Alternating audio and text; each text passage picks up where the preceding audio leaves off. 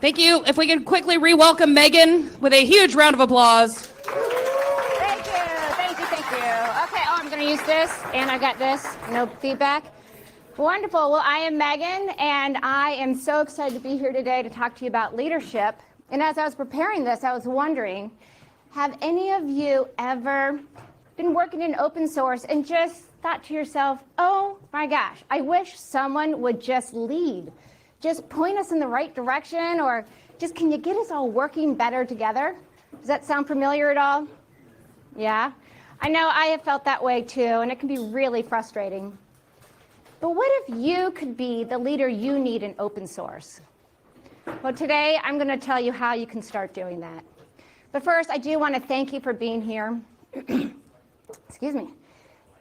I think leadership's a really important topic, and if we can all increase our leadership skills, we have the opportunity to make our communities more healthy and our projects much more sustainable.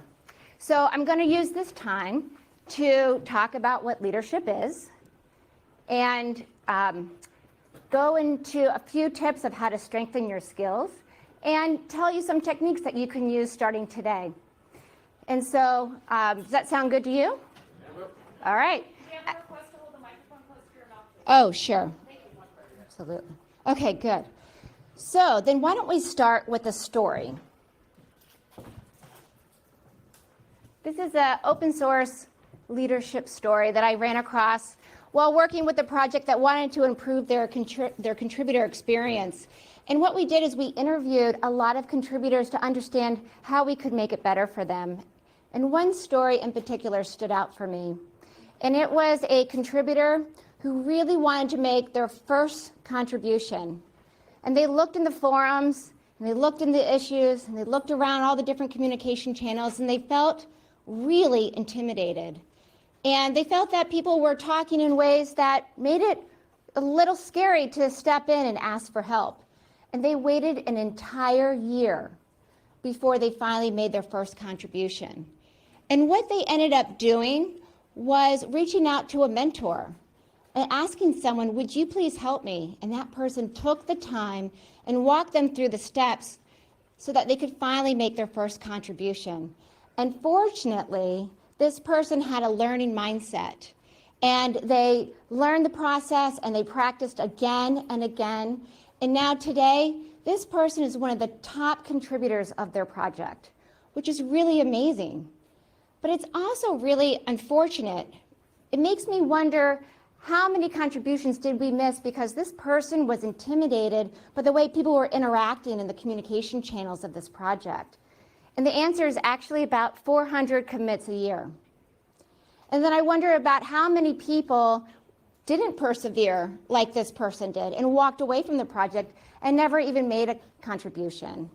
And the answer to that is just too many. Now, as a community, as an industry, we have gotten so much better and so much more aware of how we need to communicate with each other, which is great, but we still have work to do. Because what happens in open source is we all want to help. That's how open source works. But when you step in to help, often you are stepping up into a leadership role and you don't realize it.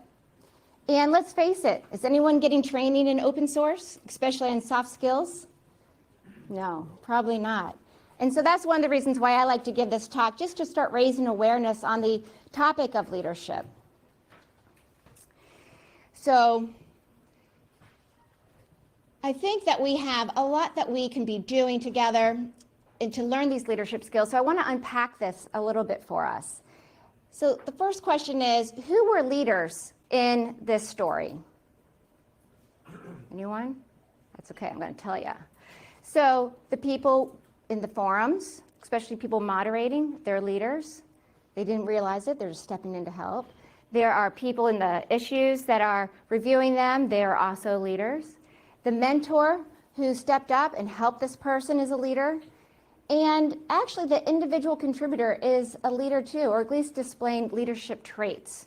And I'm going to unpack that a lot more later on because we don't normally think of an individual as a leader, but I think we all need to start seeing ourselves as a leader and understand how we can start having leadership skills.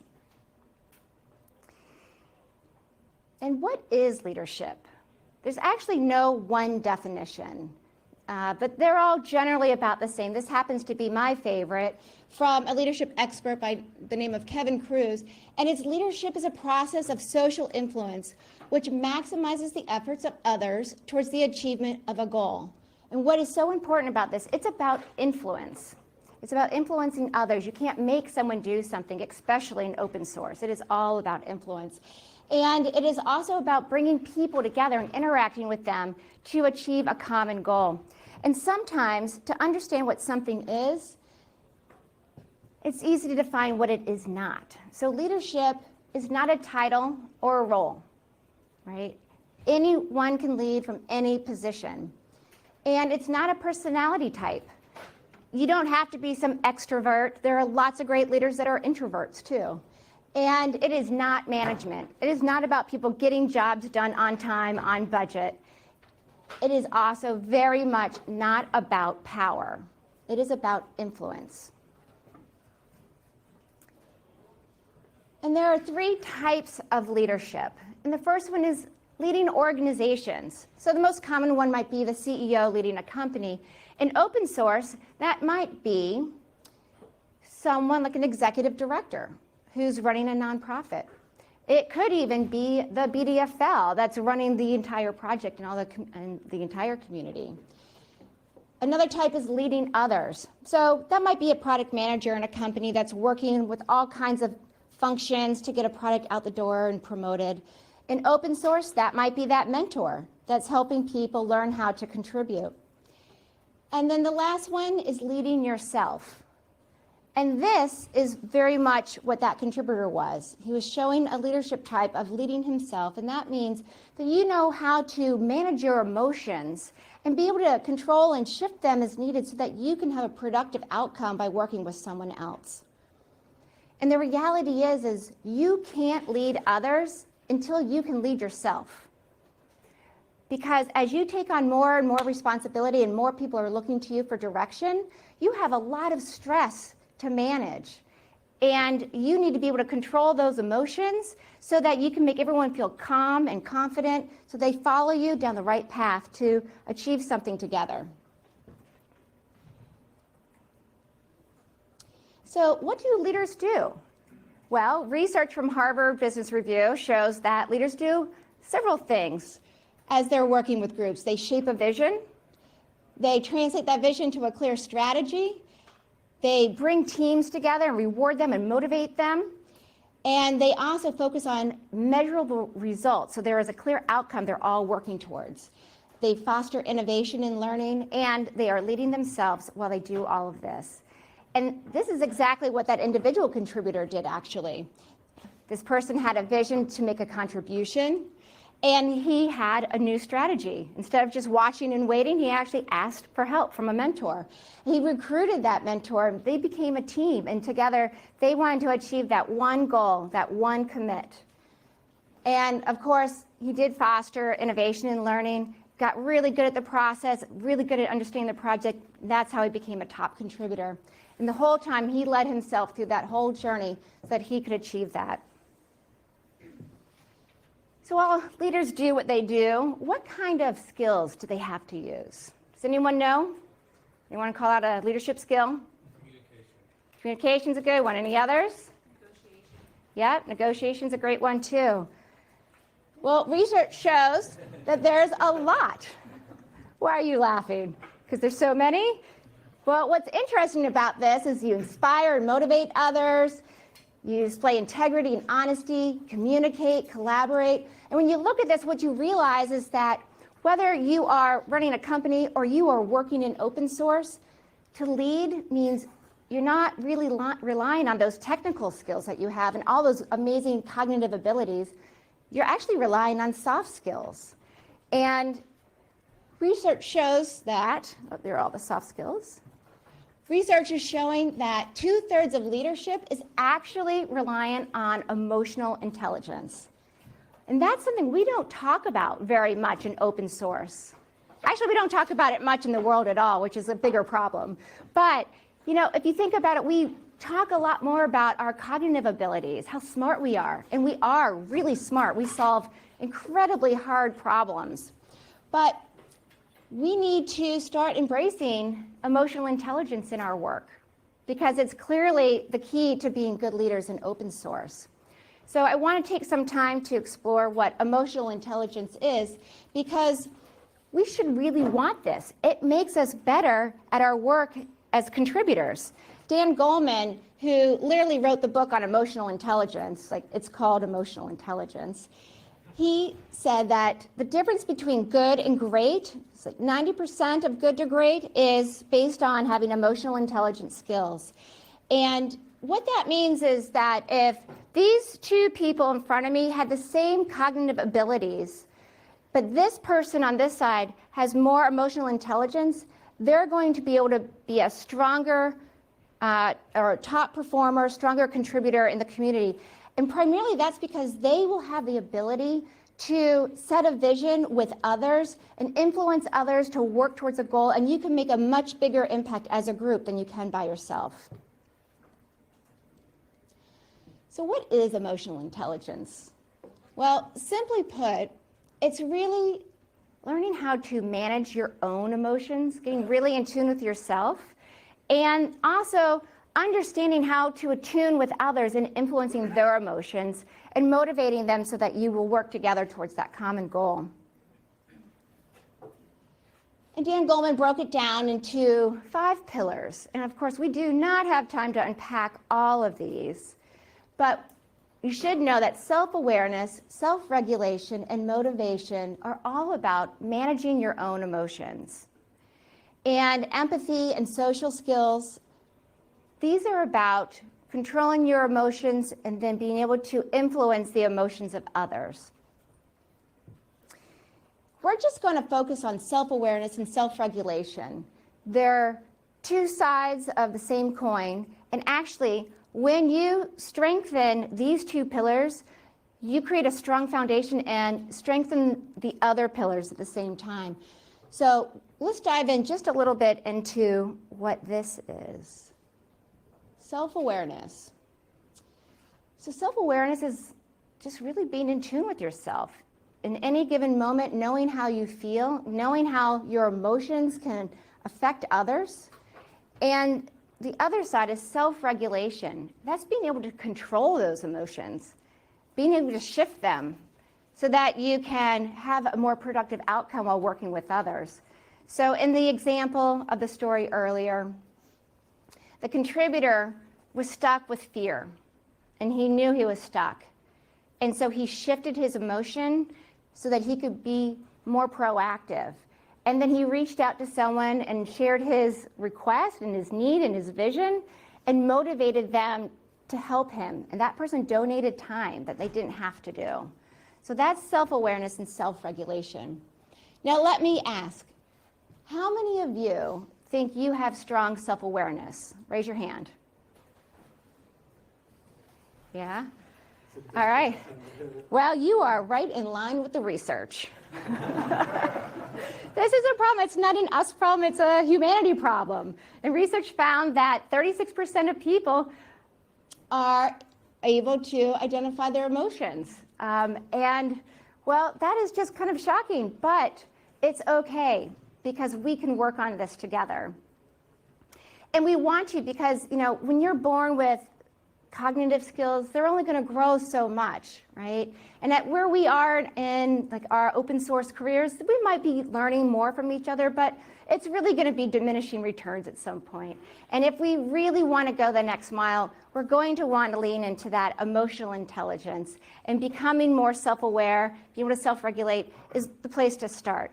So let's talk a little bit about how we can do this. This is kind of an interesting thing. The answer for improving emotional intelligence is mindfulness. And Google's done a lot of research in this area and has started a program called Search Inside Yourself that helps teach leaders how to use mindfulness so they can be better leaders. And if you don't know mindfulness, it's really all about being present in the now, having a calm nervous system. And it really is something that sounds easy to attain whether it's meditation or yoga or journaling. But I don't know about you, but when someone's like, oh, you want to be a better leader, just meditate. And I was like, I'm not doing that.